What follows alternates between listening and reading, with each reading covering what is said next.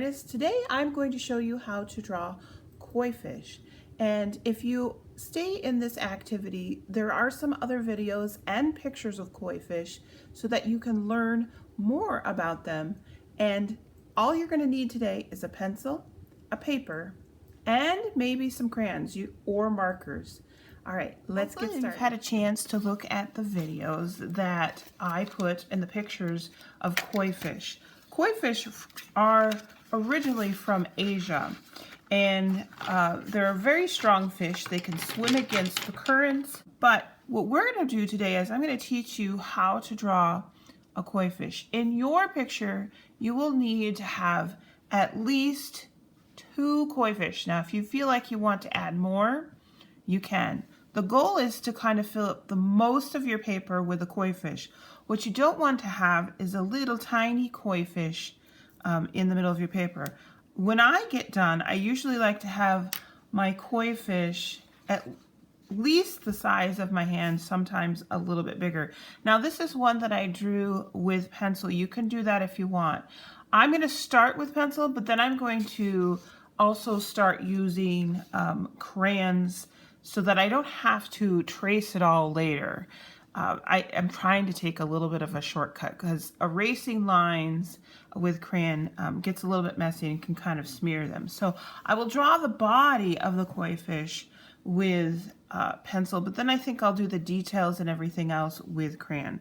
So what I'm going to do, if you'd rather use marker, if you have a Sharpie, you can use that, but make sure you protect the work surface underneath. All right, to draw a koi fish, to start, you're going to draw the body with a curve, so like a big frown.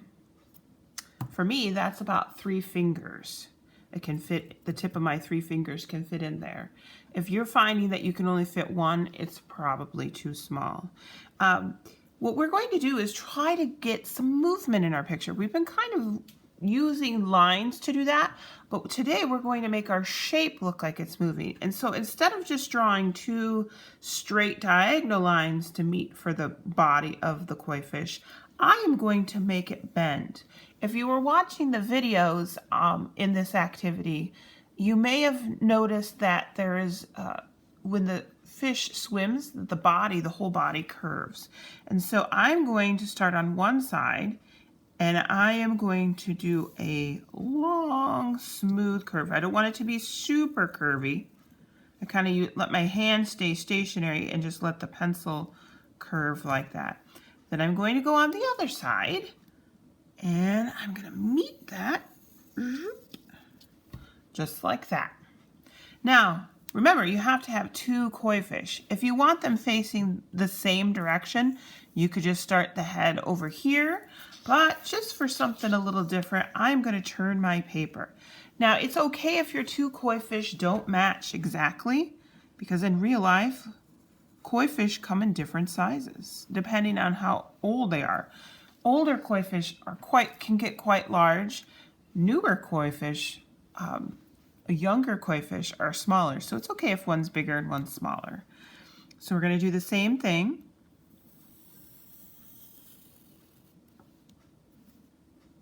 It's okay to practice first. Oops. And make sure they come to a nice point.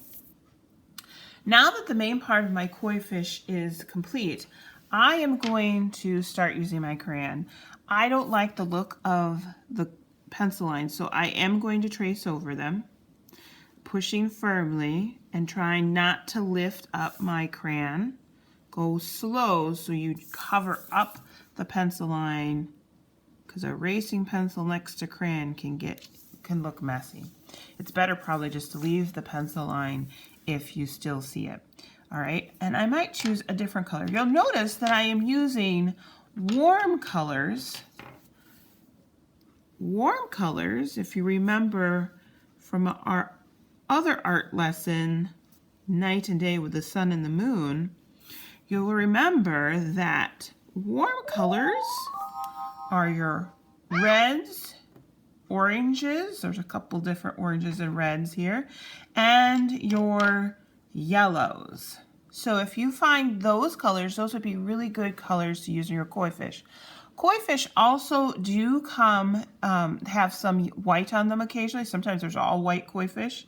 And you'll see that black. Sometimes in the video, the black looks almost bluish, but that's because they're of the colors around them. But you can use black, but if you are going to use black, I would wait to the very end to use that, because black, you'll remember, smears really quite a bit. So I'm going to stay away from black for right now and maybe add touches of black towards the end.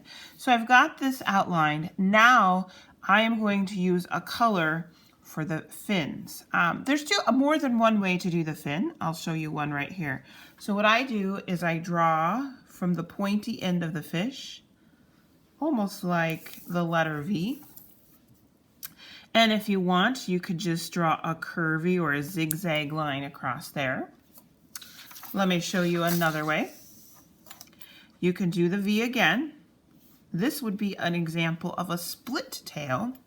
And you do the V, and then starting on the end, I am going to draw a curved line back to the body. So you can choose which type of tail you would like to do.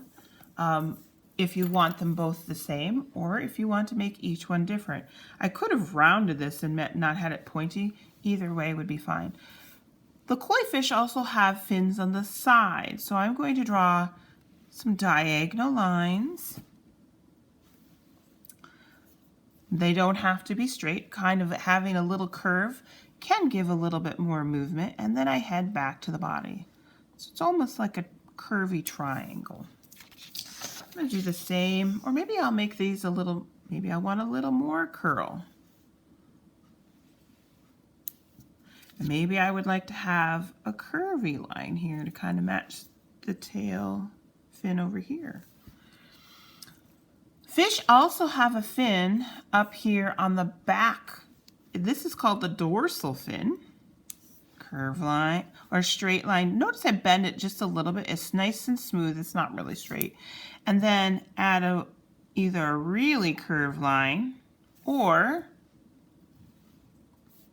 a zigzag line.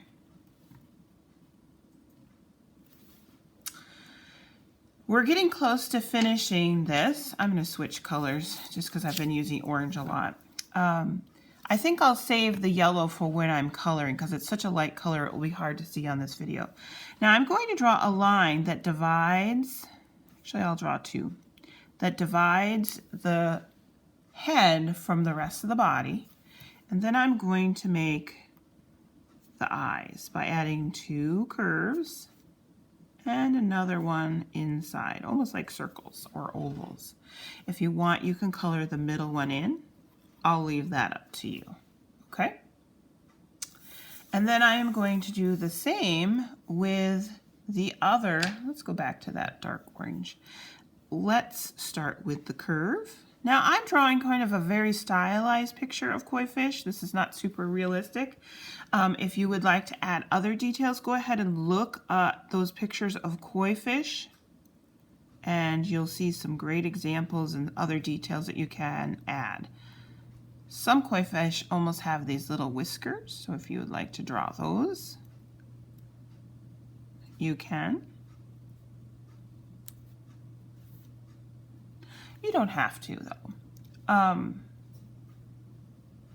When you get this part done, you can stop for the day. We're going to work on this again next week. We'll finish adding color to the koi fish, and eventually we're going to add color to the water. Today, I do not want you to color the fish.